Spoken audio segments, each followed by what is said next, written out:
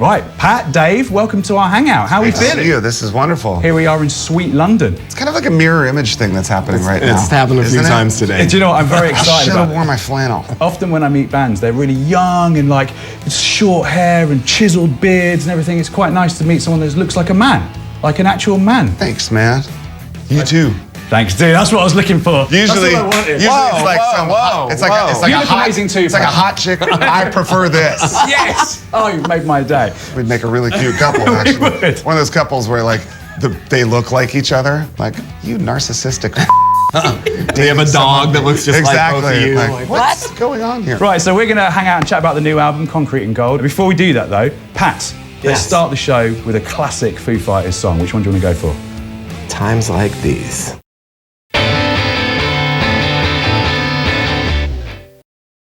One of the things I've always loved about Foo Fighters is that you obviously really care about your music and you're very serious musicians and you make incredible albums, but also there's always this thread of fun, you know, and that comes across in lots of the music videos that are very funny, some of them.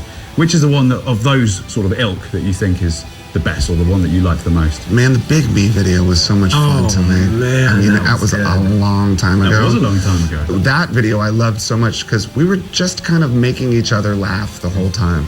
Making the director laugh, making each other laugh. And it was just so ridiculous, you know, that I will always have fond memories of that. That was really fun.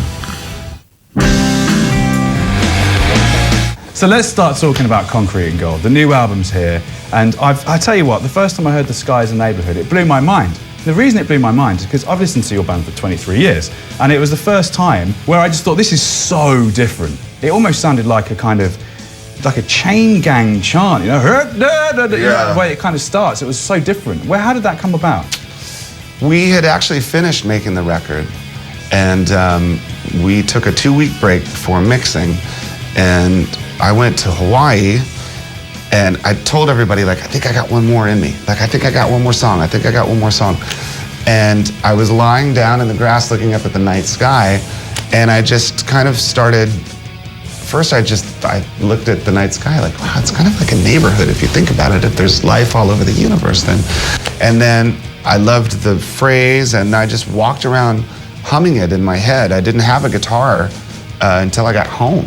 Wow. And so I just came up with the lyrics and came up with the cadence of the vocal, and then got home, sat down with the guitar, and within 3 minutes, I'm like, okay, that's the song. And then went to the studio, said, I got one more song, let's set up really quick. We set up, I think we did 2 or 3 takes, and then it just happened super quickly. The music video to it's absolutely amazing as well, which obviously your kids helped you direct, right? Yeah. You use them sort of, you use them. That makes it sound I do awful. use them. As a kind of creative consultancy, right? The kids' creative consultancy of the Grohl family.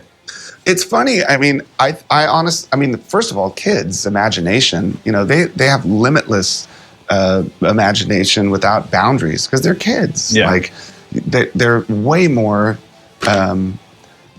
creative than most adults that have spent their lives being told no. Getting beaten down by the system. Yeah. Like, so with them, I mean, my daughter just the other day sent me a video treatment for the song Concrete and Gold. No, she did. She did. She sent you a video She FaceTimed me at like midnight Los Angeles time. I was like, what the are you doing awake right now? She's like, I have an idea for the video. She's got a storyboard. I told her, I said, write up a treatment. It's a 1-page synopsis and send it to me. Next day, I got a treatment. 2 hours later, I got a revised treatment. 3 hours later, I got another revised treatment. And it's this insane concept. So I think we're going to do it. That's going to be amazing. Yeah. Are you guys embarrassing dads or are you cool dads? Do you ask the kids? Yeah. In your mind? I think some of the other parents at my daughter's school think we're cool parents. Yeah? Yeah, the kids don't. Kids don't. Really? I get a lot of like, Dad, stop it. You know, like if we're in the kitchen making breakfast, especially in the morning, I'm a morning person. The kids are kids. So they're, you know, they got to get their backpacks on and get to school. But I'm the one playing like, you know, James Brown in the morning, dancing around the face, like making pancakes. Our kids like, don't like Dad, that. stop. Ah. You know, I don't think they think I'm cool. Justin Timberlake's on there as well. Justin's on there too. He just wanted to do it so he could tell his friends it was on a Foo Fighters record though, is that right? Yeah, it was a funny, like, the place we recorded is this big, famous studio in Hollywood where there's multiple rooms. There's a big room, there's 5 different rooms. and there's 5 studios. And so it was just like this revolving door of bands and artists for the 3 months that we were there. Rufus Wainwright and Lady Gaga and Wolf Alice and Justin. And it was like every week there was someone else in there. And inevitably you just become friends with the people because it's a shared kitchen and everyone hangs out, and musicians just like to hang out and talk about music. And so that week, I think we'd met before, but that week we had a chance to like have a drink and hang out and listen to each other's music. And he was really into our record, you know, and I was playing him different stuff. And he's been a fan of the band since he was a kid, I think. And he was a Nirvana kid too. And so he asked, he's like, can I sing on your record? And to me, it's like, I mean, that's Justin Timberlake, you know, I honestly felt like it was like having young Michael Jackson ask if he could sing on your record. Yeah, like, right, yeah. Yeah, man, I can do that. Come on. Sure, yeah. One thing I wanted to do with you guys is a nicest band in the world. I feel like you're about to do a magic trick. Just Yeah. Exactly. Like shuffling like this. I wish I could do that. This is the nicest band in the world test, because you're often touted as being the nicest band in the world. I have to say, you seem like lovely gentlemen. Thank you. But I want to throw you some quick fire questions. Have you ever found some money on the floor and just taken it? Yes. Same. Yeah. Good. Okay, interesting to know. Have you ever said, don't you know who I am? I don't think so. That became a joke for a long time. Like, I used to sort of whip the Nirvana one out every once in a while. Did you? Like, I was in Nirvana, but it was always said to be funny because it is. So, Yeah. But no, that's some gnarly quicksand. I hope I've said it. Don't you know who I am? Don't you know who I My think? daughters actually said, the kids were like in line at the drugstore with my sister one day. There was this big long line, and my daughter Violet was getting sick and tired of waiting, so she says to my sister, just go tell him you're Dave Grohl's sister. So my sister calls me and tells me what happened. I had a long talk with my daughter that night. Did you? Oh, yeah. You put that right back in the box. That's not how it If I said that, they would say, "Who are you? Oh, come on, Are Pat. you Flea from the Red Hot? Are you?" I had someone ask me for my autograph because I was Dennis Rodman, so that's not going to work. What? Did you? Oh yeah, on an airplane. Old lady was so excited to be sitting next to Dennis Rodman. I get Dave Navarro all the time. I got Dave Navarro. Do you? I used to. Right, so there's a spider in your house. What do? Do you put it under a little glass, lovingly carry it outside and throw it away? Do you just punch it?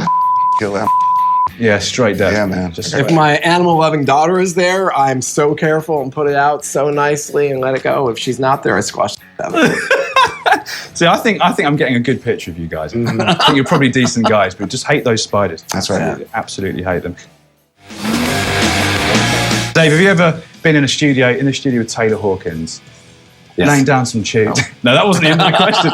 Laying down some tunes, and he's done a drum part that just hasn't been quite right, and you've said to him, Taylor, come on, that's not, you know, I know what I'm talking about. I was in Nirvana, that's not good enough. No, it doesn't work that way. But when we do make a record, Taylor and I do, like, we have a special sort of communication when it comes to making drum tracks.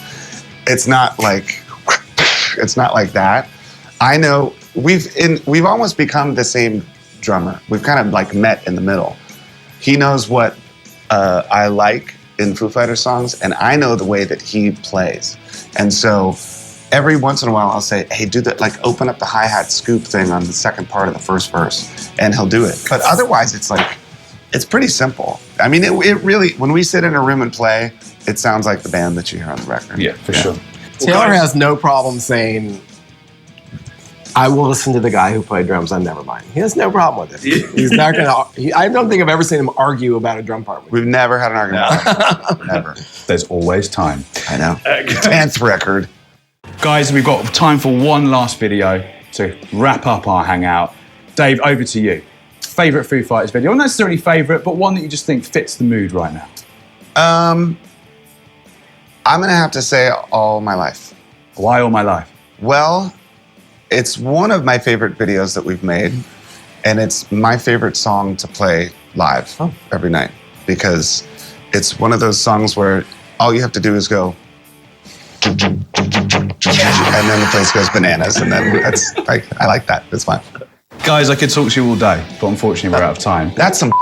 I know, right? But thank you very much. You got to go interview all-time low or something? Where are you guys going? Hey, listen, I don't make the rules. I was having fun. Damn. We're out of time. We've got, yeah, that's it, right? Can't believe it. Thank you so much. So there we have it, our hangout with the legendary Foo Fighters. But don't let this "we're the nicest band in rock" thing fool you. Behind the scenes, they were kicking puppies, throwing cups of tea in people's faces. They were an absolute nightmare. Obviously, they weren't really. They were absolutely lovely. 22 years in the game, one of the biggest bands on planet Earth, and still lovely human beings. You win, Foo Fighters. Thanks so much for the guys for having us, and thanks to you for coming along. I'll see you soon.